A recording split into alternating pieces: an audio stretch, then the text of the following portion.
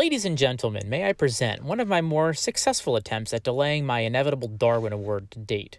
The Maze from Smith Optics, now featuring that newfangled MIPS system. Just wanted to take a minute, go over the helmet, what I like and don't like, what even is MIPS, and what I think of it for the money versus the competition.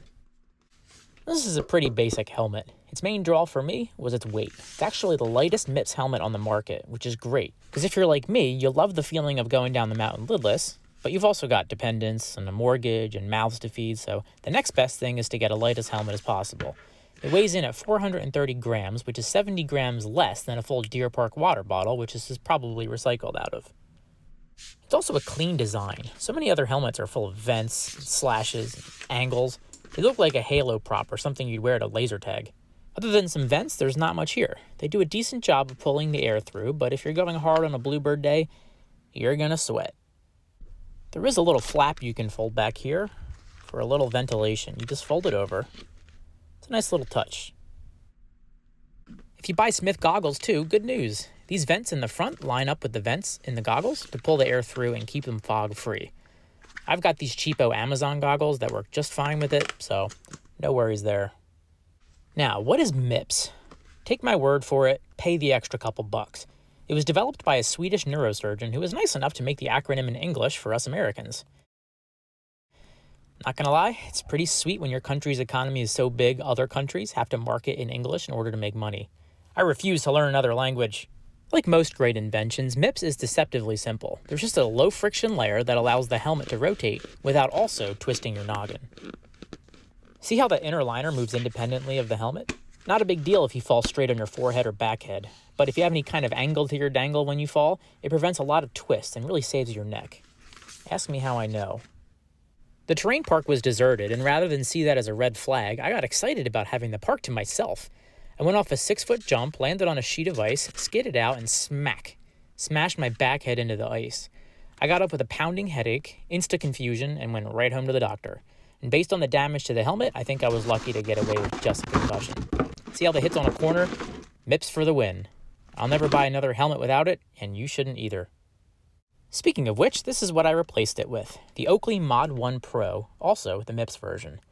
Smith very kindly offered me 30% off a replacement as part of their crash replacement program, but after a few days on the mountain, I found that the Smith is actually missing some features that you get with the Oakley for the same price.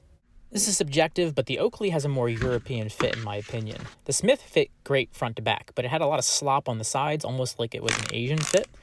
Not only is the Oakley a better fit for me, but it also includes the same BOA tightening system that many snowboard boots use, so you can get a perfect fit whether you like loosey-goosey or migraine tight, or anywhere in between. The Smith just has this elastic, which is kind of lame. The Smith is also missing space for my damn tunes. If you like to ride with earbuds, you're going to want a different helmet.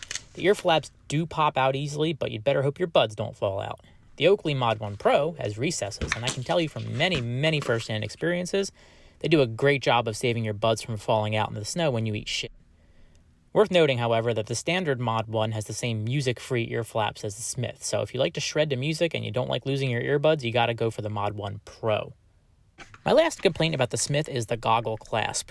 My first helmet had a clasp that opened up, so when my goggles slipped off at 35 miles an hour, I could keep riding to the bottom knowing they'd come along for the ride dangling behind me.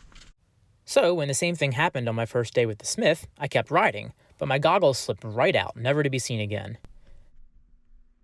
The Oakley also opens down, but at least it has a snap. I don't understand why they don't all open upwards. It seems like common sense. I do find the Oakley's magnetic chin strap kind of annoying. Hard to use with gloves on. The Smith has a traditional buckle, but I'm sure it's just a matter of an old man getting used to something new. Also, and I know this is a weird complaint, but bear with me, I was riding yesterday on a windy day and the wind noise in the Oakley is loud. Something weird with the acoustics, and I think it's due to these vents right on top. As the wind blows over them, it sounds like a roaring jet plane in your skull. You'd think you're in a tornado, but hey, if the perception of speed is important to you, then look no further.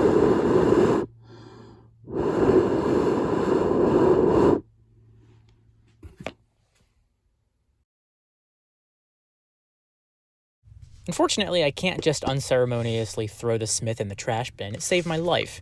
But once these helmets take a hit, they're done. Not safe anymore. I think it deserves a Viking funeral by fire. Or by Firebird.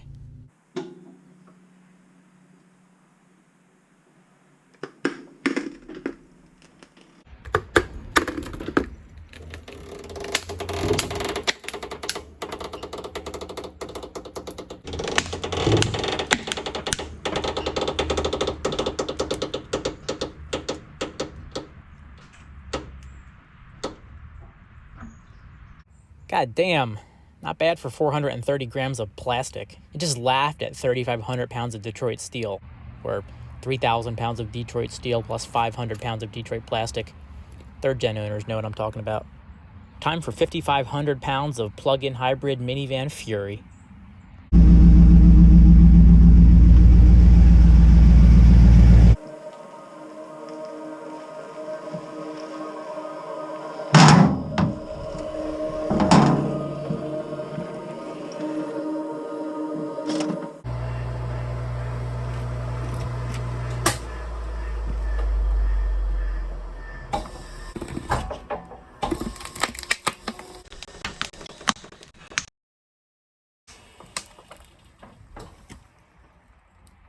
Oh, come on. What is this made out of? I know what to do.